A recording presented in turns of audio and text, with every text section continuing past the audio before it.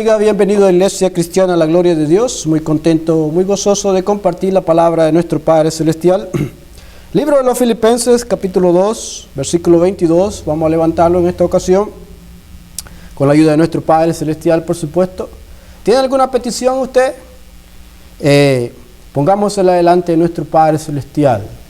Él lo conoce todo, lo sabe todo y lo puede todo. Él le puede ayudar. Él conoce de usted. Padre Celestial que estás en el cielo, venimos delante de ti, Padre, poniéndote tus hijos, Señor, cualquier petición que haya, que tú puedas bendecir, Señor.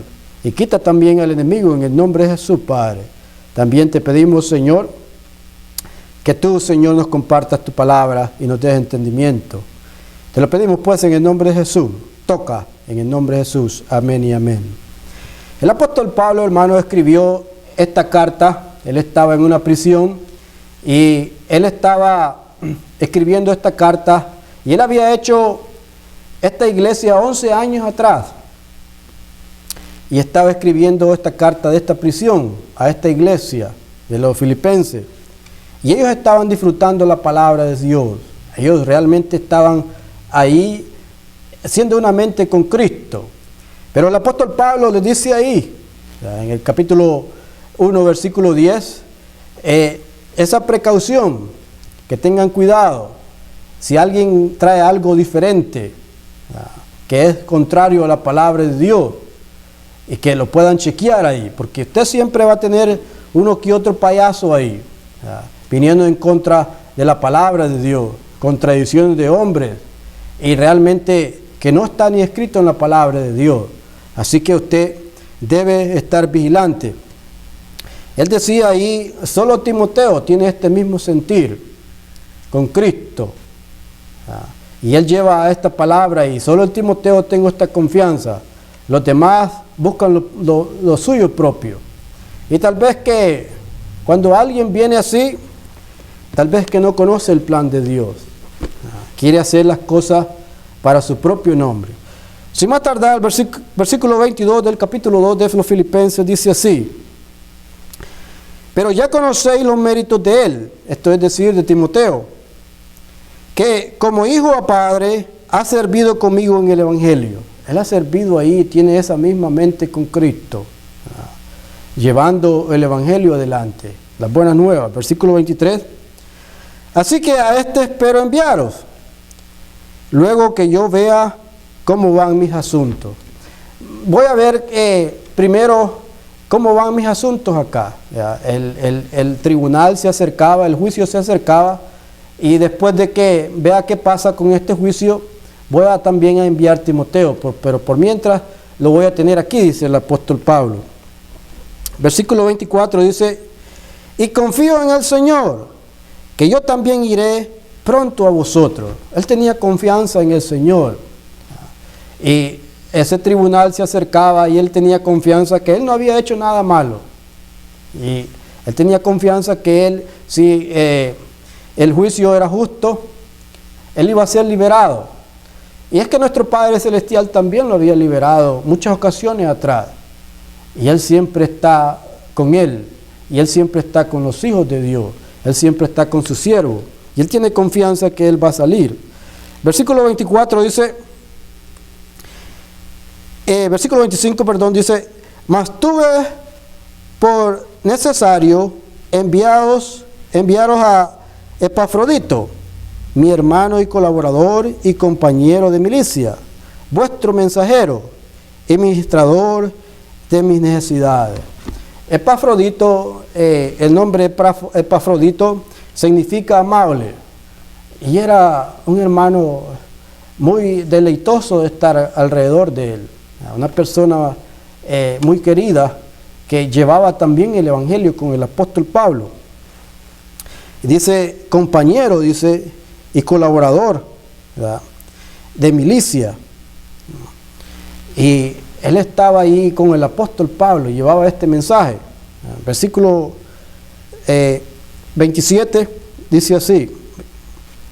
El 26 dice así, porque él tenía gran deseo de veros a todos vosotros, y gravemente se angustió porque habéis oído que había enfermado.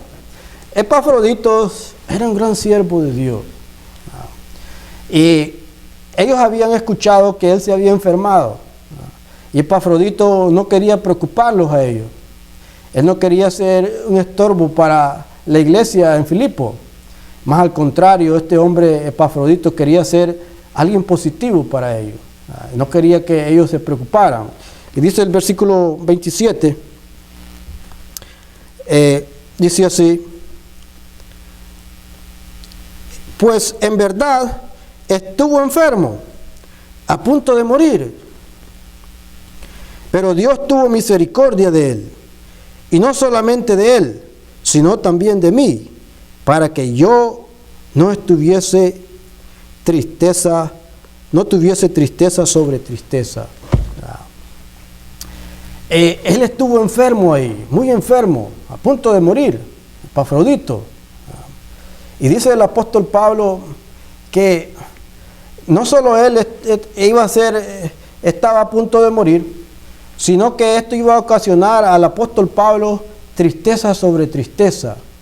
Por supuesto, las oraciones fueron contestadas ahí, y el Dios vino y tocó a este hombre aquí, a este siervo de Dios, como siempre lo hace nuestro Padre Celestial a través de su Hijo Jesucristo. Cuando alguien le sirve a Dios, contesta las oraciones ahí.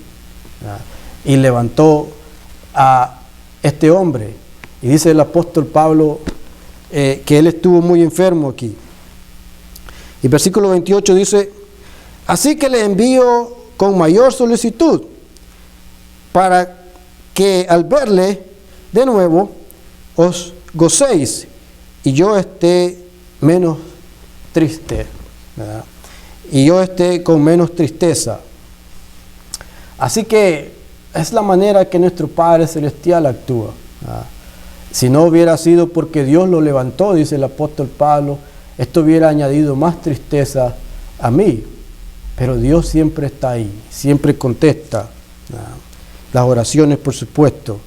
Versículo 29 dice: recibidle pues en el Señor con todo gozo, y tened en estima a los que son como Él. Recibirle a Él. Yo lo estimo a Él también. Él ha probado también que es un siervo de Dios. Y recibirle y estimarle a Él, quererle. Versículo 30 dice: porque por la obra de Cristo estuvo próximo a la muerte, exponiendo su vida para suplir lo que faltaba en vuestro servicio por mí. ¿Te das cuenta de este hombre Epafrodito? Sirviendo ¿a causa de qué? Para que el apóstol Pablo siguiera adelante con la palabra de Dios. ¿Se da cuenta la diferencia entre este hombre Epafrodito y los que él habla aquí? Aquellos que quieren hacer nombre para ellos mismos. ¿Se da cuenta la diferencia? Aquellos que son egoístas, aquellos que quieren señorear sobre otros. Este Epafrodito acá, él no miraba estas cosas. Él quería trabajar para la causa de Cristo, con amor. Y no le importó incluso hasta morir, para causa de que el apóstol Pablo saliera adelante con la palabra de Dios. ¿Qué gran diferencia puede hacer un soldado para Dios? Alguien que comprenda el plan de Dios, alguien que estudie la palabra de Dios y observe y sienta Dios en sí, y estar en ese espíritu como el Señor estuvo, que a Él no le importó venir acá y tomar forma de ¿qué? De hombre, mostrarnos el camino, ese camino espiritual, como Epafrodito también sentía ese sentir de Dios ahí. Y enteramente cuando usted entiende, escudriña y ama la palabra de Dios, ama lo espiritual y deja la carne ahí por un lado y oye al Espíritu, usted es un campeón para el Señor. Y puede hacer las cosas amando al Señor, como este hombre Epafrodito. Capítulo 3, versículo 1 dice así: por lo demás, hermanos, gozaos en el Señor. A mí no me es molesto el escribiros las mismas cosas, y para vosotros es seguro. Dice el apóstol Pablo: yo les tengo que a ustedes venir con las mismas cosas, no me importa repetirles a ustedes las mismas cosas. Es necesario, porque muchas personas nuevas vienen y es necesario que ustedes escuchen estas cosas una y otra vez.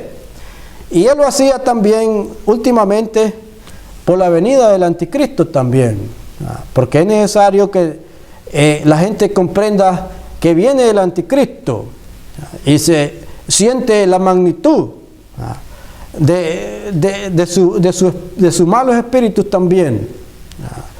Y es necesario que yo les diga una y otra vez de estas cosas, dice el apóstol Pablo, y no me molesta por eso. Es necesario repetirla,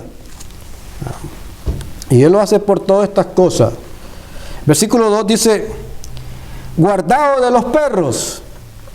Esto, guardado de los perros, no es un perro no es una mascota que usted tiene ahí, porque un perro es el mejor amigo del hombre en su casa. Pero él está hablando guardado de los perros, dice guardado de los que actúan como perros, de estos hombres. Dice, continúa: guardaos de los malos obreros, guardaos de los mutiladores del cuerpo.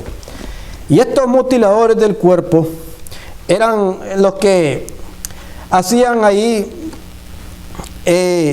mutilación, y hacían esto ¿para qué? Bueno, mutilaban ahí, queriendo decir que si no, enseñándole a la gente que si no se hacían esto, no eran salvos, lo cual era falso. Y él dice ahí: guardado de estos malos obreros que enseñan estas cosas, la mutilación ahí. ¿Y qué es eso? Bueno, se circuncidaban, enseñaban la circuncisión y cortaban toda la cosa ahí, queriéndole enseñar a la gente que eso tenían que hacer para ser salvos, lo cual es mentira, porque ahora la verdadera salvación no es hacer cosas en el cuerpo, sino no es la circuncisión, sino que es la circuncisión del cuerpo, sino que la circuncisión del corazón. Y eso aplica para la mujer o el hombre hoy en día, algo espiritual. Usted se puede circuncidar o hacer lo que sea, eso no le va a salvar. Lo que le salva es Cristo, tener esa circuncisión de corazón. Versículo 3 dice así: porque nosotros somos la circuncisión, dice el apóstol Pablo aclarando, los que en espíritu servimos a Dios y nos gloriamos en Cristo Jesús, no teniendo confianza en la carne. ¿Por qué? Porque Cristo se volvió el Salvador. Él es el Salvador. Él es nuestro Salvador. Confiando en Él, poniendo nuestra fe en Él, algo espiritual, no algo carnal, ¿verdad? No algo que usted pueda hacer en la carne, o que un legalista le pueda decir, sino en la confianza en el mismo Señor Jesucristo, que es capaz ¿para qué? Para salvar, ¿verdad? No teniendo confianza en la carne. No confiamos en la carne, sí, pero mientras estemos en esta carne, bueno, pues hay que cuidarla, porque es nuestra casa mientras estemos aquí. Pero no tenemos la confianza, y no ponga usted la confianza en la carne, sino que ponga la confianza en el Hijo de Dios, en lo espiritual, que eso es lo que le da vida eterna. Dice el versículo 4, dice: aunque yo tengo también de qué confiar en la carne, Si alguno piensa que tiene de qué confiar en la carne, yo más. Dice el apóstol Pablo, yo tengo muchas cosas. Si yo quisiera gloriarme en la carne, lo haría. No lo voy a hacer. Pero el apóstol Pablo, él puso la carne a prueba muchas veces. Por causa de nuestro Señor Jesucristo. A él lo apedrearon, ahí lo dejaron muerto ahí. Y lo latigaron 40 veces menos una. Él puso su carne ahí en el asadón, es decir, por la causa del Evangelio. Muchas veces naufragando ahí y a causa de llevar esta palabra ahí, lo que está diciendo ahí. Versículo 5 dice, circuncidado al 8º día, del linaje de Israel, de la tribu de Benjamín. ¿Sabe de dónde era? ¿Quiere saber de dónde era el apóstol Pablo? ¿Qué tribu? De la tribu de Benjamín. Y gracias a nuestro Padre Celestial, que esa tribu de Benjamín casi fue borrada ahí. Pero nuestro Padre Celestial tuvo misericordia de esa tribu. Porque los otros hermanos la abatieron y mataron casi a todos. Y gracias a Dios que ellos salieron adelante ahí, porque hoy en día tenemos a este gran hombre que era de esa tribu, de la tribu de Benjamín, dice aquí. Hebreo de hebreos, en cuanto a la ley, fariseo. Hebreo significa aquel que pasa el río. Y esto lo agarraron allá cuando fueron cautivos a Babilonia. Dice, en cuanto a la ley, fariseo. El fariseo era alguien que llevaba esa ley y creía en la resurrección, por supuesto. Y el apóstol Pablo era fariseo. Alguien que conocía bastante la ley. Versículo 6 dice, en cuanto a celo, él era muy celoso. Perseguidor de la iglesia. En cuanto a la justicia que es en la ley, irreprensible. El apóstol Pablo era una persona muy celosa. Él llegó a ser fariseo y era perseguidor de la iglesia. Y una vez iba él caminando a Damasco con una carta en su mano, con permiso de la iglesia, de la sinagoga, a capturar a los cristianos, cuando el Señor Jesucristo se le apareció ahí y le dio su vida a 180 grados.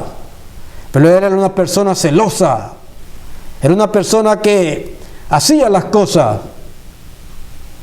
y llevaba las cosas en sí, aún incluso cuando él no había sido convertido. Era una persona celosa en sí. Pensaba que le servía a Dios de esa manera. Pero el Señor se le apareció ahí y le dijo, Saulo, Saulo, ¿por qué me persigues? Y él fue convertido ahí para el Señor. Y cuando fue convertido, él puso todo ahí en su lugar, porque este hombre conocía la ley. Él fue enseñado por Gamaliel. Él fue enseñado a los pies de Gamaliel la ley. Y conocía la ley él. Perseguía a la iglesia, pero cuando fue cristiano también se dedicó a llevar este evangelio con ese mismo celo. Nadie lo podía parar ahí en el Señor. Y dice él, en cuanto a celo perseguidor de la iglesia, en cuanto a la justicia que es en la ley, irreprensible. Era irreprensible queriendo llevar la ley. ¿Cuál ley? Bueno, esta no era la ley de Dios, por supuesto. Era la ley de ¿quién? Bueno, era la ley de estos legalistas que habían acá, las tradiciones de los hombres y todo esto. Y eso era lo que era, esa ley. Tenía las cosas al revés. Versículo 7 dice, pero ¿cuántas cosas eran para mi ganancia? las he estimado como pérdida por amor a Cristo. Todas esas cosas que yo tenía como ganancia, que yo pensaba que servía a Dios, al conocer a Cristo, cambió ahí la cosa. Versículo 8 dice: y ciertamente aún estimo todas las cosas como pérdida por la excelencia del conocimiento de Cristo Jesús, mi Señor, por amor del cual lo he perdido todo y lo tengo por basura. Esta palabra basura quiere decir estiércol, para ganar a Cristo. ¿Sabe lo que está diciendo el apóstol Pablo aquí? Ciertamente aún estimo todas las cosas como pérdida por la excelencia del conocimiento en Cristo Jesús. Él está diciendo acá, todas estas cosas que yo aprendí, todas estas tradiciones de los hombres, todo esto que yo tenía, que pensaba y que estaba engañado en sí, y todo eso legalismo que había ahí, dice él aquí, el texto dice,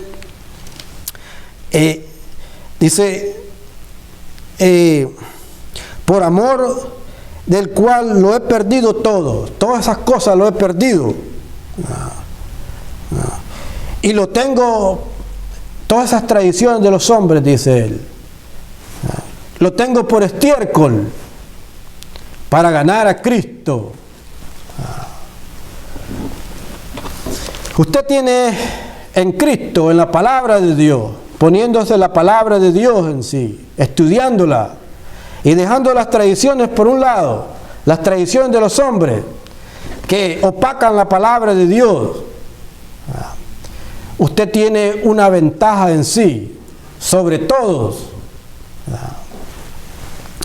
Tiene esta ventaja en el conocimiento de Cristo Jesús.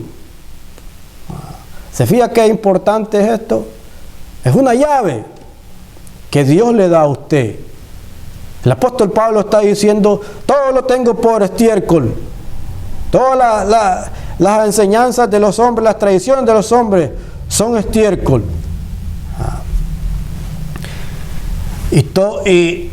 Y lo que importa es la excelencia del conocimiento de Cristo Jesús.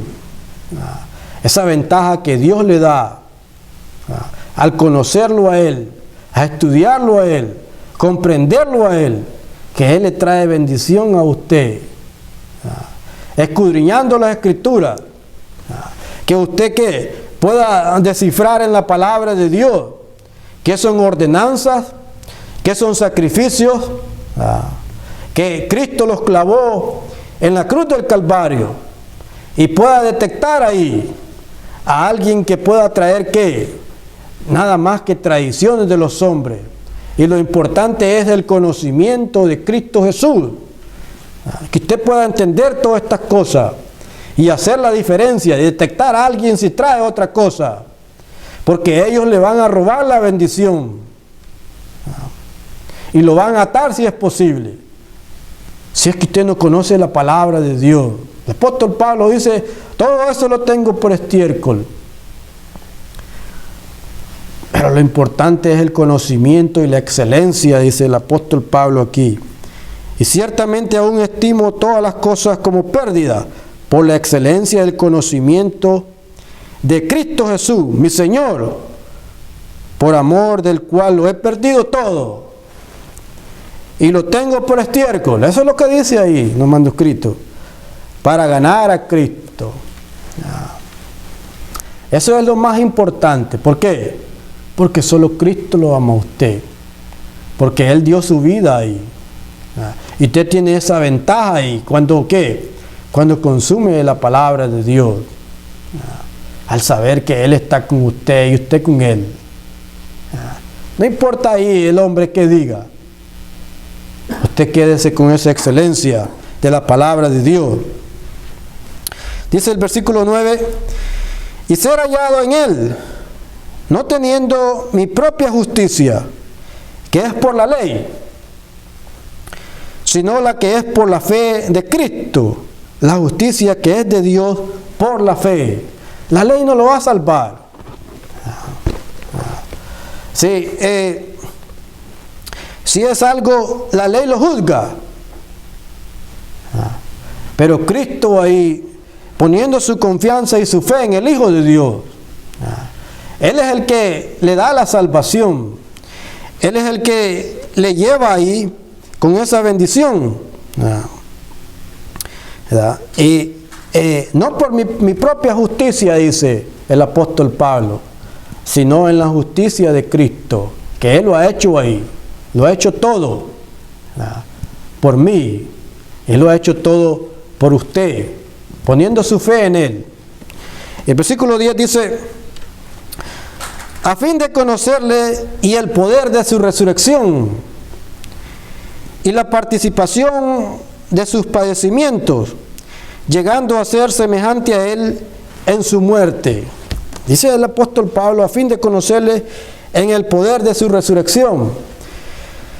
La resurrección, hermanos, la palabra resurrección tiene tres significados. Uno de ellos es la resurrección cuando usted cree en el Señor Jesucristo. Es resucitado, ¿qué? A otro nivel, a otra forma de pensar. En la fe en Cristo, cuando usted acepta al Señor Jesucristo como su único Salvador. Esa es una forma de resurrección. La otra forma de resurrección es que cuando usted pone que es un hacedor en la palabra de Dios, usted resucita en otro nivel. Cuando usted pone en práctica la palabra de Dios y es un hacedor de la palabra de Dios. Y la tercera resurrección es cuando usted deja este cuerpo acá y está en la presencia del Dios vivo y verdadero. Esa es la tercera resurrección. Y la participación de los padecimientos, llegando a ser semejante a Él en su muerte. Semejante a Él en su muerte, ¿cómo así? Bueno, Él resucitó ahí, Él venciendo a la muerte. Por lo tanto, usted también va a resucitar juntamente con Él. Es decir, cuando usted deje este cuerpo acá. Y mucha gente dice que resucitar, bueno, alguien se muere y miren, ese va a resucitar cuando Cristo venga. Eso no es bíblico. Eso son puras tradiciones de hombres. Porque si alguien dice, cuando alguien muere y lo pone en ese 4x4, ya sea 4x8 ahí, en la tumba ahí, o ya sea en ceniza, y alguien dice ahí, si usted está diciendo ahí que Dios lo va a resucitar cuando Él venga, entonces, ¿por qué usted predica que Dios es amor? ¿Qué clase de padre tuviera usted si ese Padre, nuestro Padre Celestial, qué clase de Dios tuviera usted si Él dejara a sus hijos ahí, en ese hoyo ahí, por miles y miles de años ahí? No creo que ese Padre sería Padre de amor. ¿Y usted predica que es un Padre de amor? Y mucha gente dice eso. Miren, ahí está en ese hoyo ahí. Ahí va a resucitar en el futuro. ¿Cuál futuro? Ellos ya están con el Señor. El versículo 11 dice, del capítulo 3 de Filipenses, dice: si en alguna manera llegase a la resurrección de entre los muertos. Si en alguna manera llegase a la resurrección de entre los muertos, es decir, ¿qué entre los muertos? De los muertos. Porque si creyeras que Cristo resucitó de los muertos, Y si no creyera que Jesucristo resucitó de los muertos, pues no sería cristiano usted. Pero Cristo resucitó de los muertos.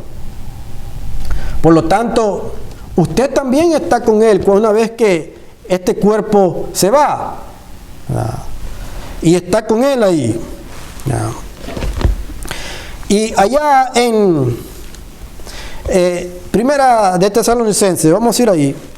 Primera de Tesalonicenses, capítulo 4 de Primera de Tesalonicenses, capítulo 4, versículo 13. Dice el apóstol Pablo que la resurrección de los muertos, ¿verdad? Y mucha gente predica que cuando alguien muere, que de ahí va a ser resucitado de los muertos cuando Cristo venga. Eso no es bíblico. Porque el apóstol Pablo lo dice bien claro acá, en el capítulo 4 de Primera Tesalonicenses, versículo 13, dice así: tampoco queremos, hermanos, que ignoréis acerca de los que duermen. No quiero que sean ignorantes, dice el apóstol Pablo. Dice el apóstol Pablo, no quiero que ustedes sean estúpidos. Eso es lo que quiere decir. Dice que ignoréis acerca de los que duermen, para que no os entristezcáis como los otros que no tienen esperanza, como los paganos que no tienen esperanza. Pero ustedes saben dónde están los muertos. Ellos no están ahí en la tumba, están con nuestro Padre Celestial. Él le ha dicho bien claro allá en el libro de Lucas capítulo 16. El Señor dio esa parábola del rico y el pobre, que ese rico ahí, los dos se fueron a la presencia. ¿Dónde estaban? Bueno, si usted enseña que ellos van a estar en esa tumba y van a estar por la eternidad de la eternidad, hasta de años por años, ¿verdad? Los hijos de Dios ahí, ¿verdad? Eso no es lo que enseña la palabra de Dios, ¿verdad? El Señor Jesucristo enseñó ahí en Lucas capítulo 16 del rico y el pobre, el rico y el Lázaro. Los dos fueron allá donde fueron, al paraíso. Y alguien cuando muere, ¿va a dónde? Va a la presencia de Dios, va al paraíso. Y ese libro ahí está escrito. Él tiene todo apuntado ahí. Y cuando usted se va de esta carne, bueno, va a la presencia de Él, ¿verdad? Y ese libro, de acuerdo a lo que está escrito ahí acerca de usted, eso determina a qué lado del paraíso va a ir usted. Y el Señor Jesucristo da esa parábola bien clara ahí. El rico fue a este lado, ¿verdad? Él podía comprar muchas cosas en esta vida, cuando él estaba acá. Pero cuando él murió y fue allá al paraíso, se dio cuenta que allá no podía comprar nada. Y cuando se leyó ahí ese libro, él reprobó ahí. Y fue al otro lado. ¿Y el pobre fue qué? Fue al otro lado del paraíso. Y ahí ellos van a estar.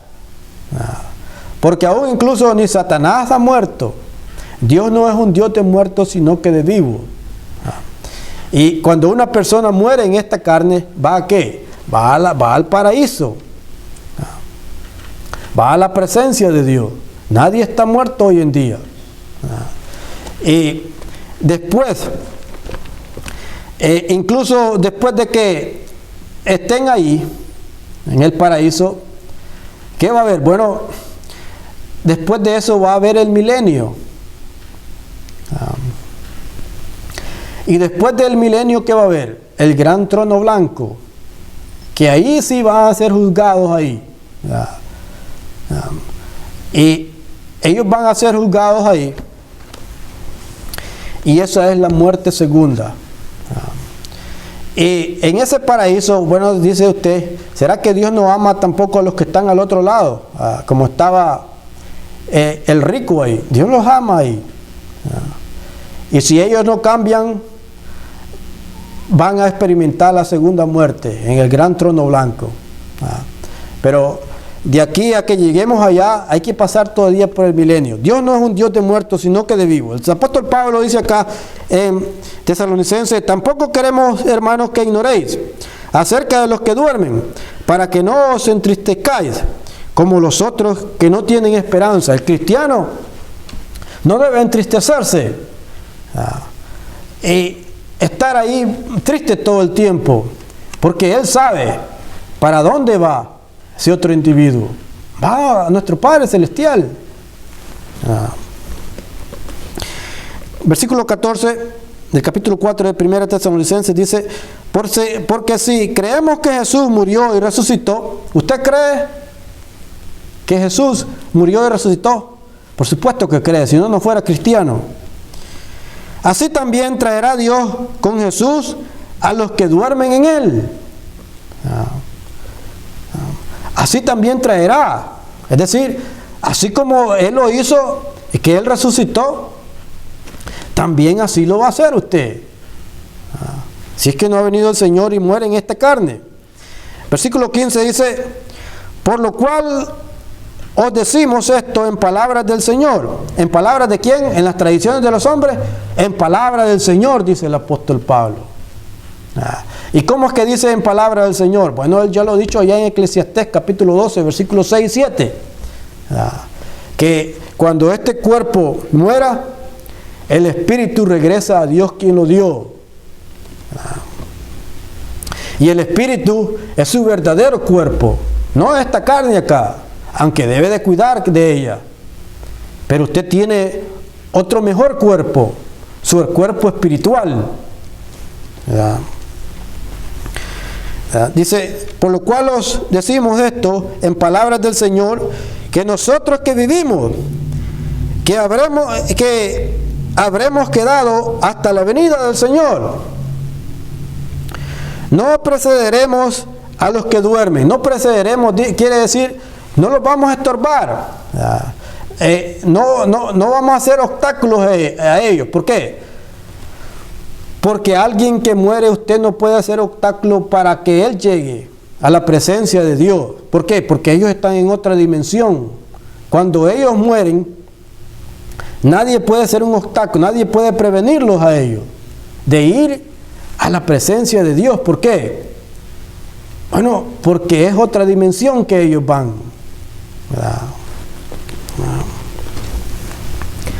No precederemos a los que duermen, dice. A los que durmieron. Versículo 16: porque el Señor mismo, con voz de mando, dice, con voz de mando, con voz de arcángel y con trompeta de Dios. La trompeta de Dios en griego es la última trompeta, la séptima trompeta. Y con trompeta de Dios descenderá del cielo, y los muertos en Cristo resucitarán primero. ¿Cómo que resucitarán primero?